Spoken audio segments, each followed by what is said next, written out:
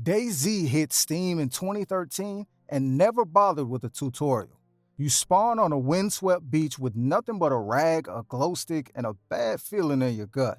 From there, it's pure improv. Thirst, hunger, blood, body temp, infections, everything is bleeding out at its own pace, and one slip kicks off a domino run of misery. Sprint for 5 minutes and you burn more calories than a whole can of beans will give back.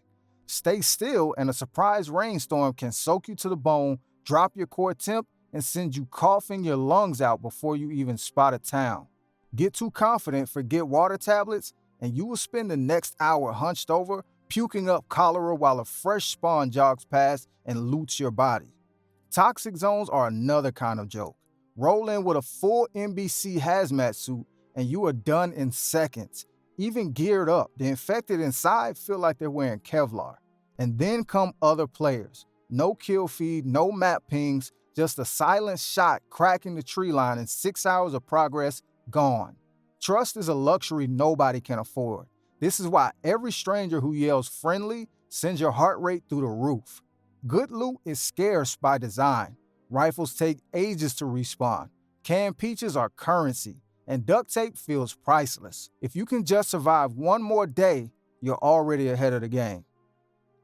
Project Zomboid makes no attempt to ease you in. From the moment it boots up with that grim message, "This is how you die," you know exactly what kind of game you're getting into.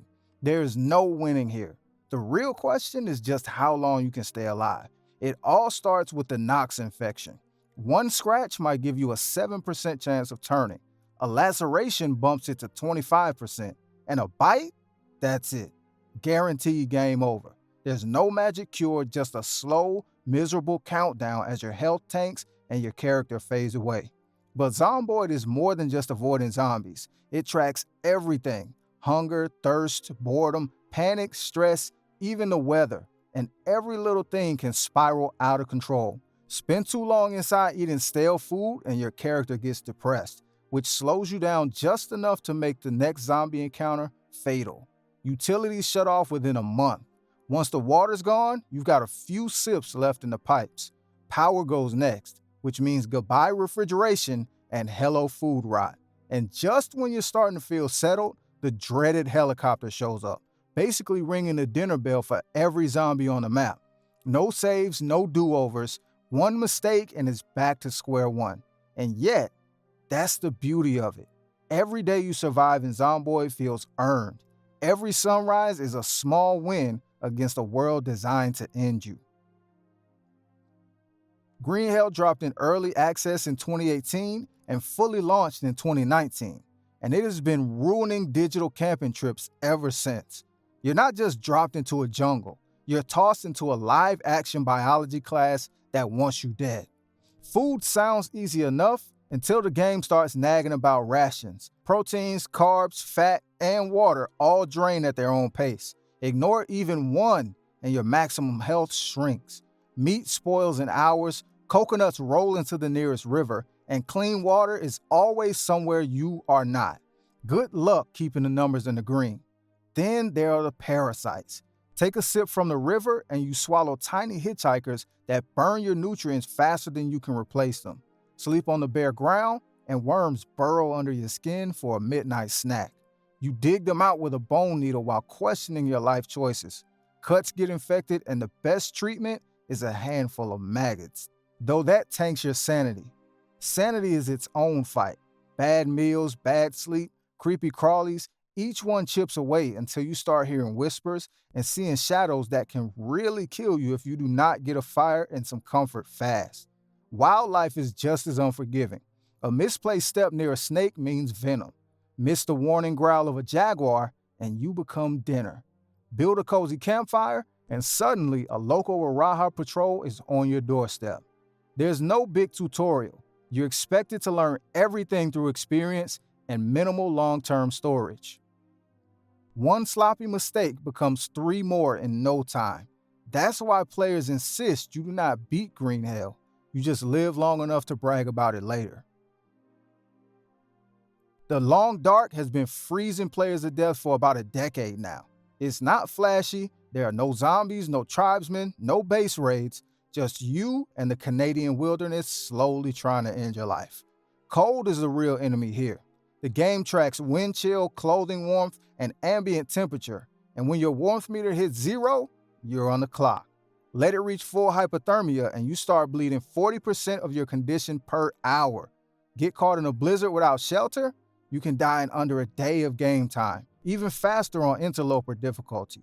And you're burning through calories non-stop. Walking, freezing, or just being awake, all of it drains your energy. On average, you will chew through over 3,000 calories a day, and food in the game is intentionally stingy. A whole kilogram of deer meat, only 800 calories. That's half of what it would give you in real life. Good luck staying fed. Then there's the wildlife. Wolves, timber wolves, cougars, and bears all behave differently, but all can ruin your day. Timber wolves hunt in packs. Bears won't kill you outright, but will leave you one scratch away from death. And a moose can knock you flat with no warning. The affliction system punishes carelessness. Blood loss, frostbite, infections, food poisoning, and cabin fever all stack up if you're not careful.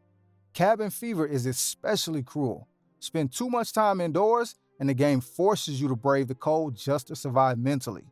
Add on weapon scarcity, limited carrying capacity, fuel shortages, and fire systems that blow out in the wind, and you've got a survival loop where one small mistake can unravel weeks of progress. And you guessed it, the game explains none of this up front. And when you die, that save file's gone. Cataclysm Dark Days Ahead might be the most difficult game in this video, and not in a flashy, action-packed kind of way. CDDA breaks you quietly, piece by piece, until you're cold, limping, bleeding, and wondering how a squirrel just ruined your 6-hour run. No tutorial here either. Shocking, right? You can die in the first 5 minutes to a fire you didn't start, or freeze to death in your sleep because the campfire burned out. Everything matters. Pain, hunger, body temp, morale, RNG, especially RNG. Need antibiotics? Good luck. Need a wrench? Check 15 garages and find nothing but hammers and shattered dreams. And then there's the pain system. It won't kill you outright, but it'll make sure you can't fight, can't run, can't do anything. One wound turns into infection, which turns into exhaustion, which turns into death. CDDA is built on a cascading failure. A dozen systems all feeding each other until one small mistake turns into a funeral. The skill grind is slow and unforgiving. Vehicle repair is an engineering degree. Crafting is trial and error with real consequences. And everything, seriously everything, is learned the hard way. Usually by watching a character you spent hours building die because you drank the wrong water. Cataclysm is brutal. Zomboid is cruel. But Unreal World, it's patient. It watches you prep for hours, maybe days, then quietly ends your run because you forgot to dry enough fish for winter. Set in Iron Age Finland, Unreal World isn't about jump scares or mutant bosses. It's about the quiet kind of death. Starvation, frostbite, exhaustion. The kind that creeps in while you're dragging a half-ton elk across frozen tundra with no calories left in your body. The systems don't just overlap, they suffocate you. Cold saps your strength. Injury tanks your skills. Hunger makes everything slower. You're constantly juggling pain, fatigue, encumbrance, and time. And every slat matters. Miss one step and you're spiraling. A sprained ankle in deep snow can cost you the rest of the season, or your life eventually. Hunting is a joke. Even skilled characters miss shots, lose arrows, and track wounded animals for days before watching them vanish into the tree line. Fishing is safer but turns into a grind, and meat spoils fast unless you know how to preserve it. Smoking, drying, salting, all slow, all vulnerable to weather and RNG. Then comes winter. Food vanishes, water freezes, and calorie needs spike.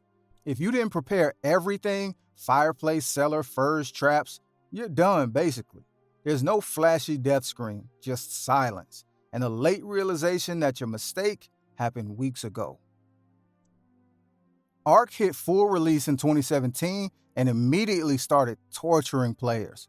Okay, not exactly, but starting with nothing but your fists and a loincloth, The island wastes no time reminding you that survival is brutal. The dinosaurs are quite problematic. Troodons hunt in packs and can get you in seconds, while the massive Gigantosaurus is basically a walking death sentence. The aggression system is unpredictable, changing based on distance, time, and your actions, so it's impossible to know who might attack you next. Taming creatures adds a whole nother level of chaos. Feeding a shadow mane while it sleeps without waking it, or sacrificing your own pets to win over a Troodon requires precision and nerves of steel. Mess up once, and hours of work vanish. The environment itself works hard against you, with heat waves that spike your temperature to deadly levels, food spoiling faster than you can eat it, and cold zones that freeze you to the bone. Managing thirst and hunger is a constant battle, especially since every movement drains your stamina and resources. Base building feels like a never-ending struggle. Tribes dominate the landscape on PvP servers, raiding offline players and stealing everything. The multiplayer politics, base building, and endless resource grind combine to make every day a fight just to keep what little you've earned. Survival in Ark is not just a test of endurance, it's a challenge of patience, skill, and sometimes just dumb luck.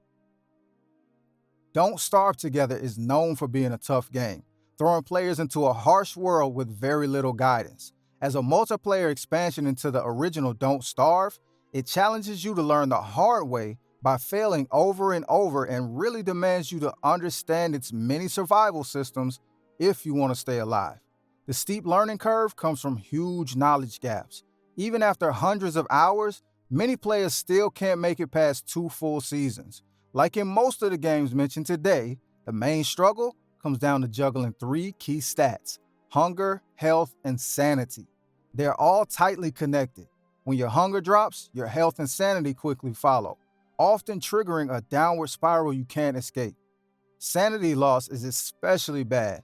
It drains steadily during dusk, night, and in caves, forcing you to keep light sources handy to avoid monsters that only show up when your sanity gets low. The changing seasons only make things worse. Scorching summers, freezing winters, and heavy spring rains all demand careful preparation and timing. Food spoils fast, and managing resources feels like a constant race. You have to balance immediate needs with long-term survival, while dealing with limited inventory space and tricky cooking mechanics. Combat is not any easier. Relentless hound attacks and tough bosses require specific strategies and the right gear to survive. Playing multiplayer adds another layer of chaos. Scarce resources lead to competition. Some way of grieving happens, and you end up dead. If fallen teammates are not revived quickly, the whole world can be lost permanently. If you like this video, hit the subscribe button. Did we miss any games that gave you a tough challenge? Drop your favorites in the comments.